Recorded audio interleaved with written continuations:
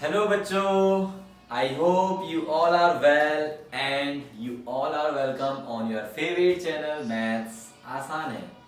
बच्चों, आज हमारा टॉपिक है कॉम्प्लेक्स नंबर्स और कॉम्प्लेक्स नंबर्स का आज लेक्चर 4 है and we are now with the operations on complex numbers.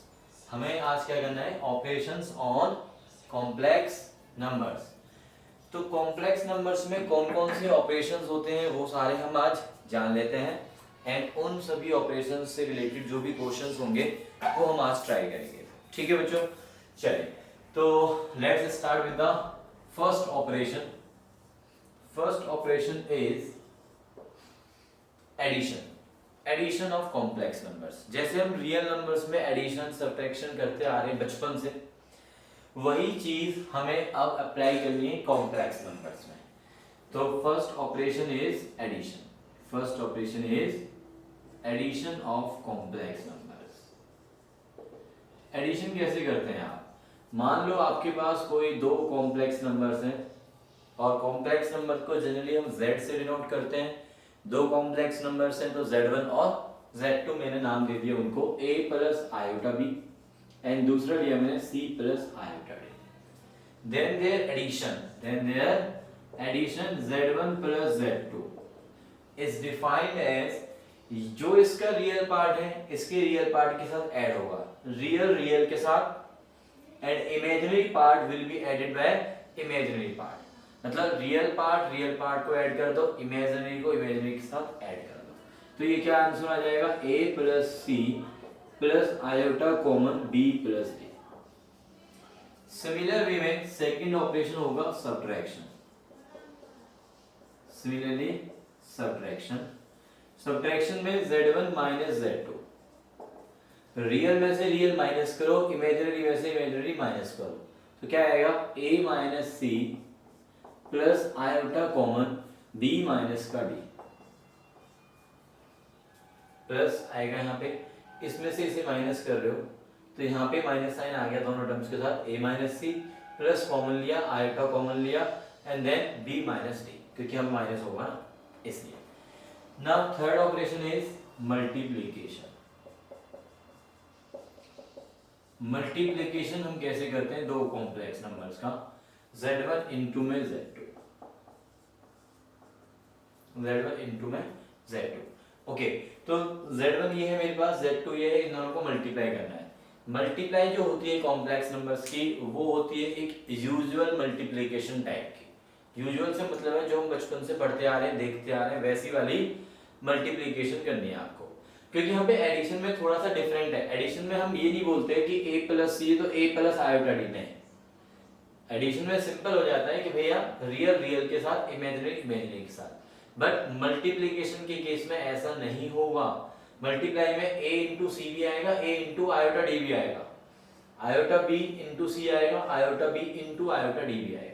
मतलब जैसे सिंपल वाली मल्टीप्लाई करते आ रहे हैं from the starting of our studies. ठीक, सो करते हैं multiply this multiplied by this. चलो मल्टीप्लाई करते हैं, क्या आएगा? a into c then a into iota d means iota पहले लिख लो ad plus iota b into में c, iota b into c plus iota into iota a, iota square और साथ में आएगा bd। Now this is ac minus bd, ac minus bd। Minus क्यों लिखा? क्योंकि आयोटा स्क्वायर -1 होता है तो ac माइनस bd और ये दोनों टर्म्स बची आयोटा वाली ad plus bc, iota common ad plus bc। अच्छा, मैं हर बार आप देख रहे हो मैं क्या कर रहा हूँ, टर्म्स को जब मैं लिख रहा हूँ, फाइनल आंसर जो मैं लिख रहा हूँ उसमें क्या है कि रियल पार्ट अलग किया हुआ है, आयोटा वाला अलग किया हुआ है। क्यों किया हुआ है? क्योंकि मैं हमेशा जो आंसर देना चाहता हूँ वो एक स्टैंडर्ड फॉर्म में देना चाहता हूँ। किस फॉर्म में देना चाहता हूँ? Standard form. और आपको याद होगा कॉम्प्लेक्स नंबर की लास्ट लेक्चर में हमने स्टैंडर्ड फॉर्म पढ़ी थी, that is a plus iota b। a से मतलब कोई भी रियल नंबर जो कि रियल पार्ट कहलाता है, b से मतलब कोई भी imaginary number, sorry b is also a real number but iota b imaginary number कहलाता है। सॉरी, आयोटा b क्या है? इमेजिनरी नंबर है और उसमें जो सिर्फ बी होता है, बी वो होता है आपका इमेजिनरी पार्ट, ठीक। तो ये हो गया इमेजिनरी पार्ट और ये हो गया आयोटा इंक्लूड कर दें तो इमेजिनरी नंबर, और ये टोटल बन जाता है कॉम्प्लेक्स नंबर की स्टैंडर्ड फॉर्म। ओके ये बात, ठीक है। तो इसीलिए मैंने यहाँ पे क्या किया, रियल पार्ट को अलग किया, आयोटा वाले पार्ट को अलग किया। तो ये हो गया रियल पार्ट और ये हो गया इमेजिनरी पार्ट। तो एक बार यहाँ पे देखते हैं कि ये जो Z1 इंटू Z2 नंबर है, Z1 इंटू में Z2, इसका यदि मैं रियल पार्ट बात करता हूँ, यदि आपसे पूछा जाता है कि value of real of Z1 into Z2, तो इसका आंसर क्या होगा, सिर्फ ये वाला पार्ट, यानी कि AC माइनस BD, ये तो होगा। अच्छा, इसको यदि मैं बोलता हूं इस आंसर को Z1 एंड Z2 की टर्म्स में लिखो, इस आंसर को Z1 एंड Z2 की टर्म्स में लिखो, तो कैसे लिखेंगे, A को मैं क्या लिख सकता हूं, A को real of Z1 and C को क्या लिखेंगे जल्दी से बताओ, real of C is real of Z2 minus B को हम क्या लिख सकते हैं, B को Z1 का इमेजिनरी पार्ट है, ये इमेजिनरी ऑफ Z1 इनटू में इमेजिनरी ऑफ Z2। बोलो जी, ये बात समझ में आ गई है। तो real of Z1 into Z2 is this. अच्छा, ये जो है अपने आप में एक क्वेश्चन दिया हुआ है मिसलेनियस का, क्वेश्चन नंबर सेकंड, एनसीईआरटी में मिसलेनियस का क्वेश्चन नंबर सेकंड बोला हुआ है वहां पे, for any two complex numbers Z1 and Z2 prove that real of Z1 into Z2 is real of Z1 into this minus this, ठीक। तो आप क्या बोलेंगे कि let Z1 is any number A plus iota B, Z2 is any complex number C plus iota D, then Z1 into Z2 show करेंगे and उसके बाद finally ये प्रूव कर देंगे। ओके, तो इसी के साथ साथ आपका मिसलेनियस का क्वेश्चन नंबर 2 भी कंप्लीट हो चुका है। नाउ अब हम आते हैं operation number 4, operation number 4 that is division of complex number. तो मेरे पास दो कॉम्प्लेक्स नंबर जो हैं A प्लस आयोटा B और C plus iota D, divide करना है Z1 बाय Z2 निकालना है, A plus iota B upon में C plus iota D। Rationalise कर देते हैं इसको, क्या कर देते हैं इसको, रैशनलाइज। क्यों कर रहे हैं रैशनलाइज, क्यों कर रहे हैं रैशनलाइज, क्योंकि मैंने लास्ट टाइम आपको बताया है, आई थिंक लास्ट टाइम नहीं सेकंड लेक्चर में बता दिया था कि आयोटा वाली टर्म कभी भी हमें डिनोमिनेटर में पसंद नहीं होगी, ठीक है।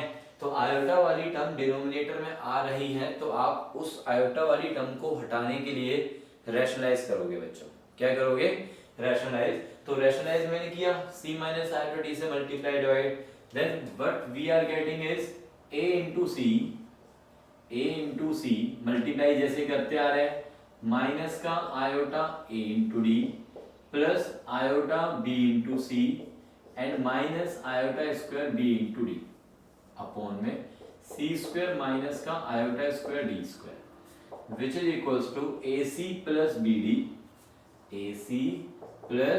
BD प्लस में आयोटा कॉमन इन दोनों टर्म्स में से, तो अंदर बचेगा BC माइनस का AD होल अपॉन में C square plus B square, ठीक है। अब आप रियल पार्ट को अलग कर दो, AC plus BD by C square plus D square plus में आयोटा BC माइनस का AD by C square plus का D स्क्वायर। ओके बच्चों, तो ये हमारे पास फाइनली Z1 बाय Z2 की वैल्यू आ जाएगी। अब कुछ बच्चे जो हैं बोलते हैं कि सर Z1 बाय Z2 का कोई फॉर्मूला बता दो, तो फॉर्मूला देखा जाए तो ये है, बट मैं बिल्कुल भी सजेस्ट नहीं करूंगा कि इसको आप याद करो, या Z1 इंटू Z2 के लिए मैं फॉर्मूला सजेस्ट नहीं करूंगा कि आप इसको याद करो। क्यों, क्योंकि एक सिंपल सा वे है ना यार मल्टीप्लाई करने का, आपको सिंपल वे पता चल गया तो आप मल्टीप्लाई कर लो ना, ठीक है। इसी तरह से डिवाइड करने का भी आपको एक सिंपल सा तरीका पता है तो आप डिवाइड कर लो। There is no need to cram this formula like, है ना, ऐसा कोई फॉर्मूला याद करने की आपको बिल्कुल भी कोई भी कैसी भी जरूरत नहीं है, ठीक है। तो ये चार ऑपरेशंस हमारे जो कि बहुत ही सिंपल वाले हैं, बचपन से पढ़ते आ रहे हैं इनके बारे में, ये हमारे हो गए हैं। अब हम आते हैं ऑपरेशन नंबर 5 पे, operation number 5। Operation number 5 is additive inverse. कुछ बच्चे इस ऑपरेशन को लेके बोल रहे होंगे कि सर ये भी हम बचपन से ही पढ़ते आ रहे हैं। डेफिनेटली आप बचपन से पढ़ते आ रहे हैं, but most of the students को ये पता तो होता है ऑपरेशन, बट इसका नाम नहीं पता होता। एडिटिव इनवर्स मतलब जनरली हम यूज नहीं करते इन जनरल, ठीक है। इन जनरल हम क्या यूज करते हैं इसके नाम का? नेगेटिव। क्या यूज करते हैं? नेगेटिव। एडिटिव इनवर्स का मतलब होता है additive inverse of a number, that means उस नंबर का नेगेटिव नंबर। एडिटिव इनवर्स का मतलब है negative of number, negative of number. जो हमें नंबर गिवन है, जो हमें नंबर गिवन है, जैसे मान लो हमें नंबर गिवन है 5 भी अपने आप में कॉम्प्लेक्स नंबर ही है, क्योंकि every real number is a complex number. तो 5 का एडिटिव इनवर्स क्या होगा? -5। तो यदि मैं कॉम्प्लेक्स नंबर को z नाम दे देता हूं, क्या नाम देता हूं? z, तो हमारे पास उस z का एडिटिव इनवर्स क्या होगा? -z, ठीक है। तो additive inverse of z is equals to क्या आएगा? -z, ठीक है। समझ में आ गया बच्चों? एडिटिव इनवर्स का मतलब होता है negative of the given number. Okay, next operation is multiplicative inverse. Next operation is multiplicative inverse. तो देखते हैं मल्टीप्लिकेटिव इनवर्स क्या होता है। Now come to multiplicative inverse.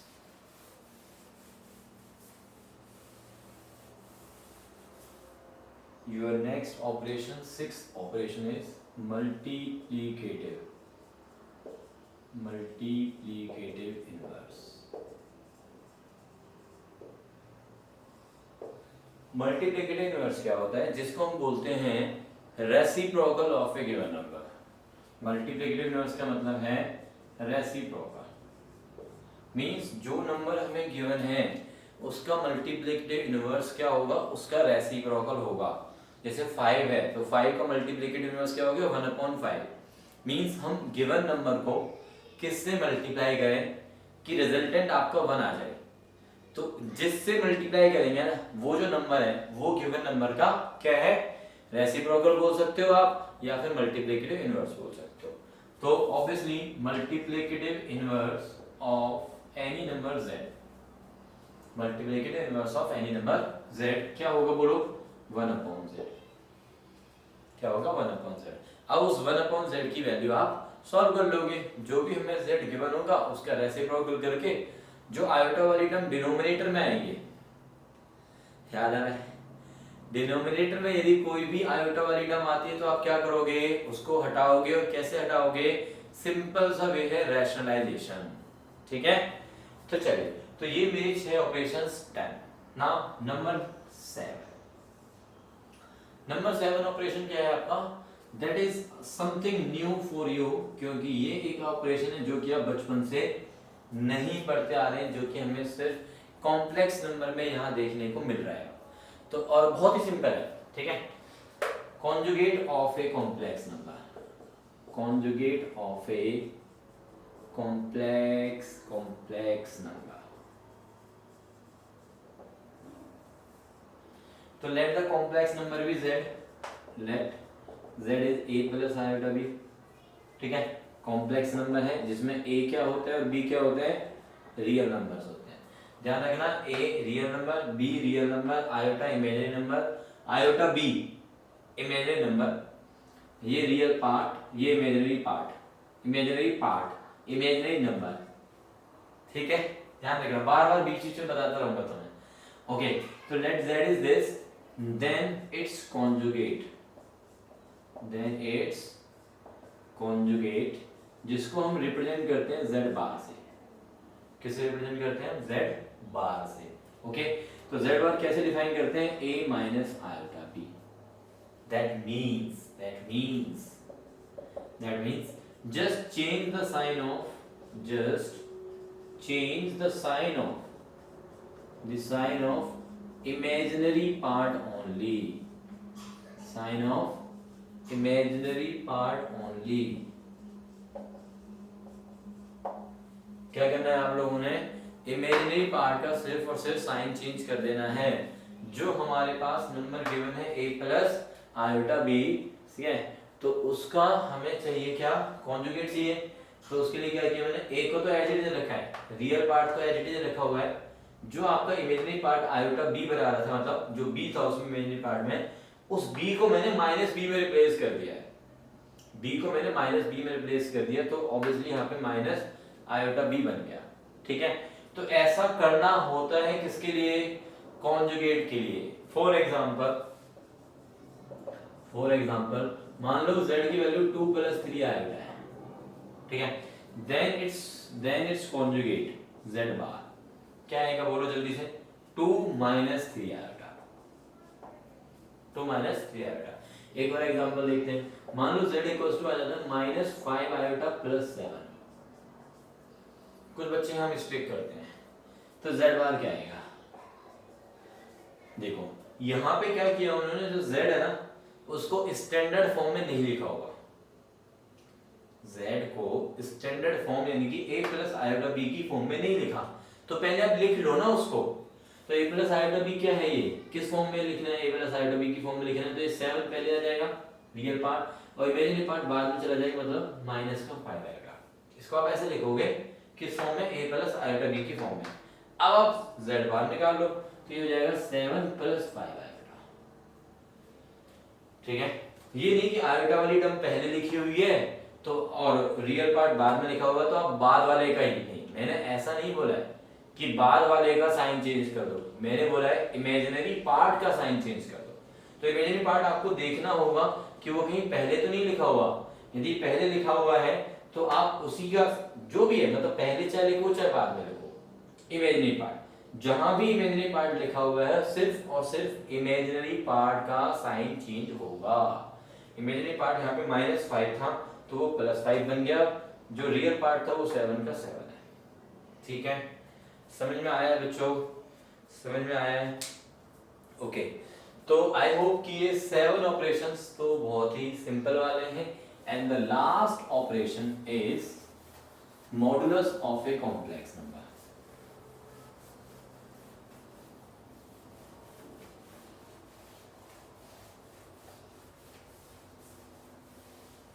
Last operation is modulus of a complex number.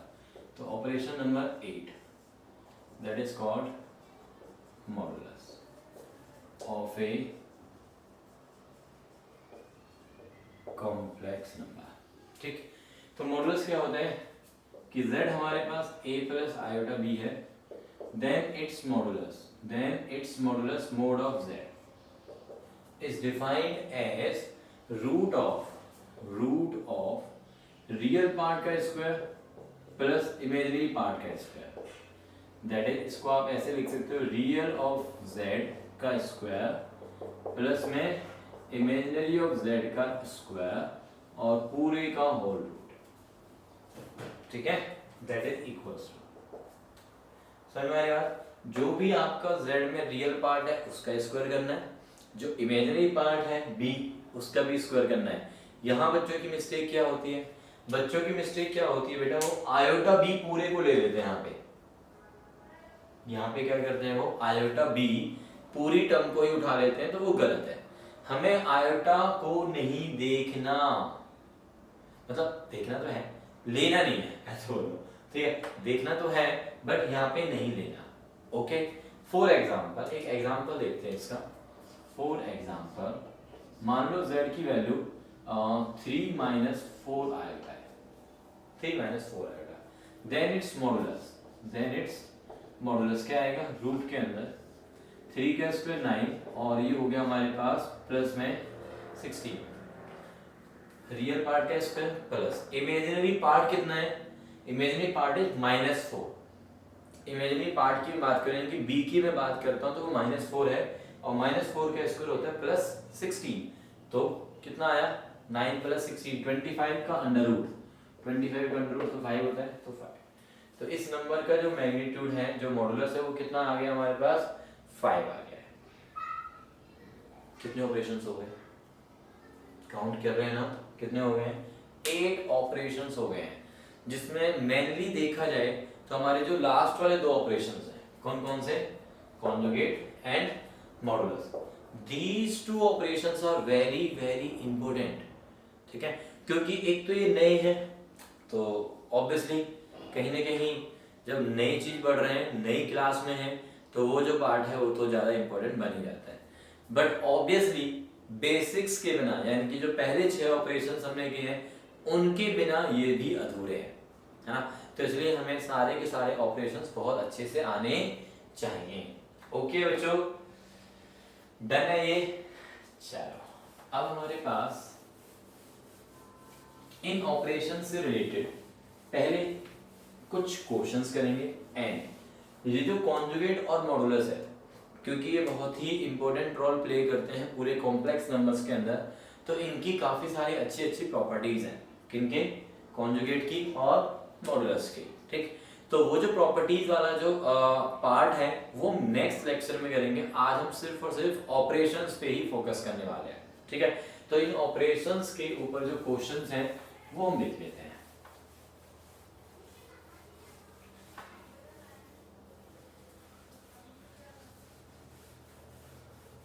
और last time मैंने आपको एक सिंपल सी बात और बताई थी लास्ट लेक्चर में, लेक्चर नंबर 3 के अंदर, कि दो कॉम्प्लेक्स नंबर तभी इक्वल होते हैं जब वो रियल पार्ट्स में भी इक्वल हो और साथ के साथ उनके जो इमेजिनरी पार्ट्स है वो भी इक्वल हो।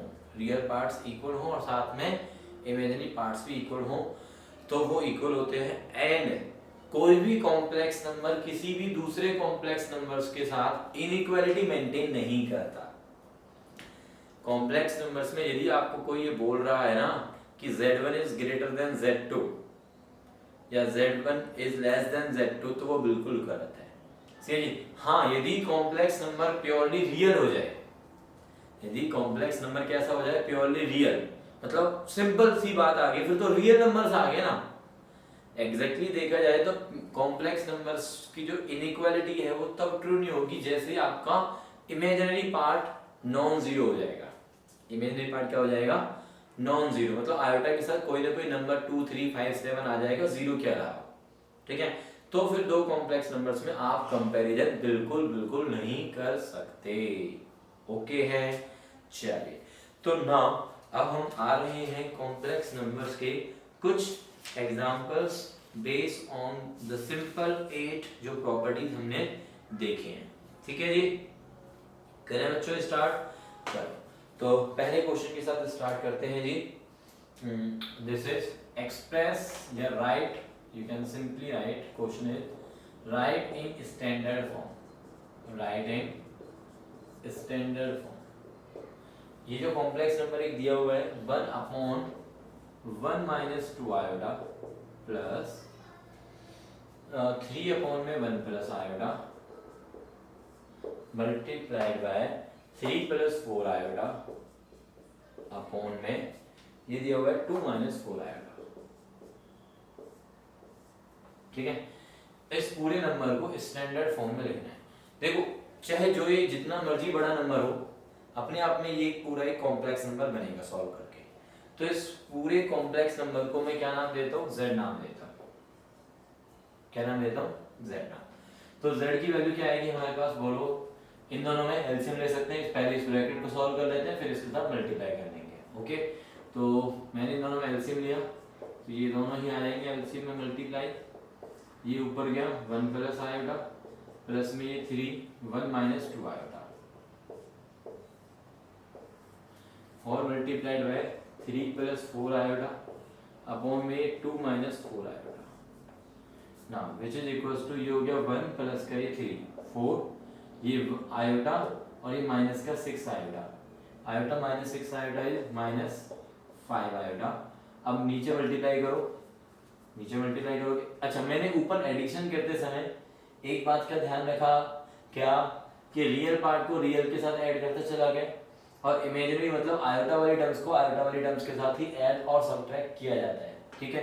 बट मल्टीप्लाई करते समय क्या बताया था मैंने कि हर टर्म हर किसी दूसरी टर्म से मल्टीप्लाई होगी, रियल इमेजिनरी से भी होगी, रियल से भी होगी, सारा मल्टीप्लाई होगा। तो 1 × 1 1 आ गया, then 1 × iota minus 2 iota minus 2 iota square whole multiplied by 3 plus 4 आयोटा अपॉन में 2 माइनस 4 आयोटा। ओके ना, अब ऊपर ऊपर मल्टीप्लाई कर लेते हैं और ऐसे नीचे नीचे करेंगे, बट नीचे नीचे करने से पहले इसको मैं सिंप्लीफाई कर लूँ जरा।